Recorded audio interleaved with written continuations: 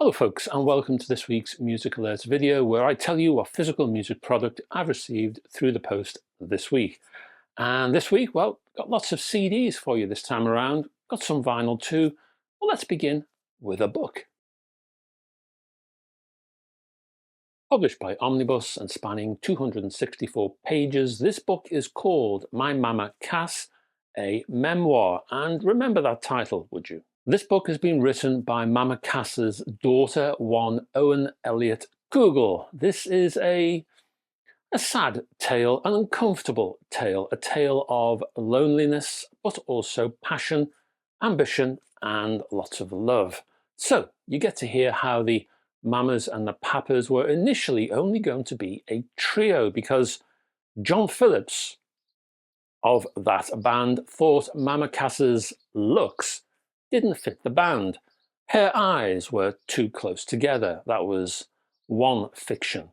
It was her weight, of course. She didn't look like Michelle Phillips, did she? And that issue, Cass's weight, comes back to haunt her again and again, though, in terms of her continued quest for love, how she would fall for a particular man who would only reciprocate as friends and nothing more, crash diets, unhealthy living, how the public would openly and blatantly insult her because of her weight, and how her friends would rush to aid her on occasion, such as the time when band member Danny Doherty rushed into the crowd at one concert and punched out the lights of one guy who was bad-mouthing Cass. Now, if Cass had a gift, apart from singing, that is, it was her role as a sort of conduit, bringing people together.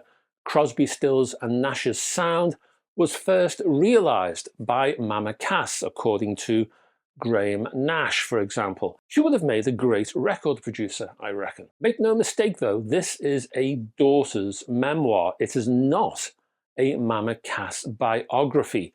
Cass dies halfway through this book, and Owen, the author, continues to live her life. So be aware what you're buying here, but there is still plenty to learn, plenty of name dropping, if that's your thing, plenty of insight. The Hollywood Walk of Fame story, that was an eye-opener, for example, and plenty of revelations about her real father and how her mother actually died, instead of the tawdry rumours you may have heard. This book is well worth a read.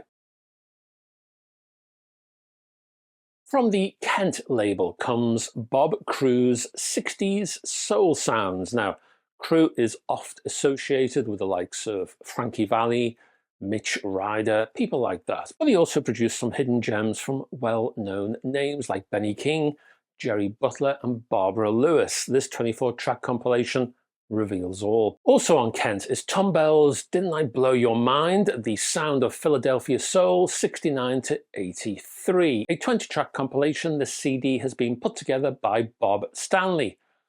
Busy guy is Bob, and mixes smooth soul with northern soul. Again, well worth a listen. Next, and created by media journalist Jon Savage, The Secret Public Covers, 1955 to 1979, and is subtitled How the LGBTQ+ aesthetic shaped pop culture.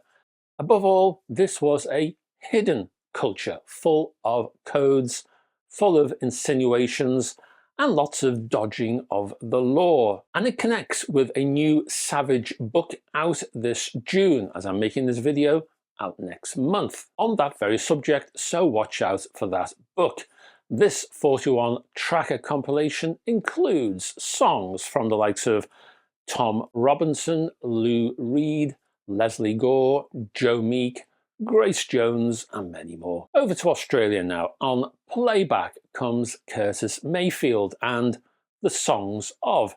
This is a 20-tracker featuring his songs sung by others, including Gladys Knight, Aretha Franklin, The Notations, Sue Barker, not the tennis player, the singer, and Devon Russell, plus many more. Also on playback is Hello Heartbreaker, Uptown Soul from Scepter, Musicore and Wand. The three labels here offering, as playback has it, big city brand of soul music. Within 28 tracks here, including works from The Toys, Lois Lane, no, not that one, Lenny Miles and Dean Parrish. The final CD I have for you for this video is just a quickie from Jasmine, the UK audiophile outfit, and bluesman Skip James and his intricate guitar picking and the album electrically recorded. This one offers 18 tracks recorded originally on the Paramount label around 1931, 1932. Just a few pieces of vinyl for you this time around. To begin, let's start with a 7-inch single by P.M. Warson and the Right Here, Last Night track with Retrace the Steps on the Flip in association with Acid Jazz and on the FYND label. Is that how you say it? I don't know. I'll just say FYND. A new release that plugs into classic 60s soul and R&B, while the B-side is decidedly funky, a bit Booker T, I would say, in its vibe. 12-inch albums now from the Sydney-based, we're doing a lot of Australia, aren't we? A lot of Australia in this particular video. Anyway, hello to my Australian viewers, incidentally.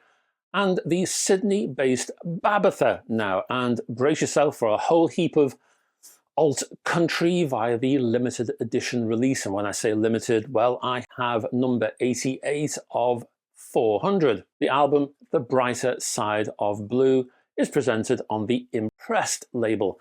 There's a distinct darkness, or is it sadness, surrounding this LP.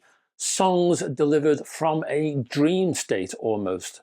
From the past, possibly the 70s. There's a bit of that vibe going on. There's a distinctly nostalgic melancholy surrounding this release. Relaxing, yet also disturbing. Also on the Impressed label, and also from Australia, from Liminal, that's the name of the band, and the album White Dots.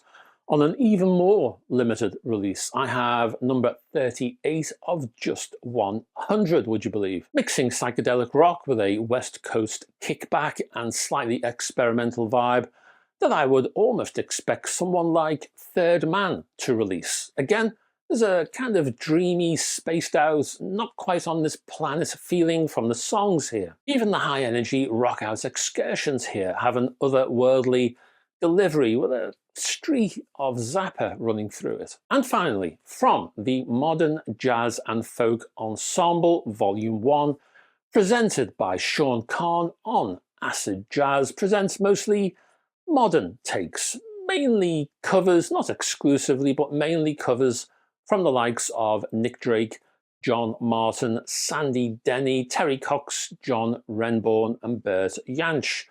I love the sleeve art, by the way. And that's it, folks. Thanks for staying to the end of this video. Before you go, down below, just down there somewhere, if you could do me a favor, click on the like and subscribe buttons. I'd be chuffed to bits. Also, further down, there are links to my Facebook group, my website, and there's a whole heap of music over there, folks. And on my Patreon page, there's more music to behold, and videos and features and stuff. And there's also an exclusive Hi-Fi News Etc. video, which I publish just for the Patreon supporters every single week. So, I'll be back this time next week, same place, and hopefully with your company. Until then, folks, bye-bye for now.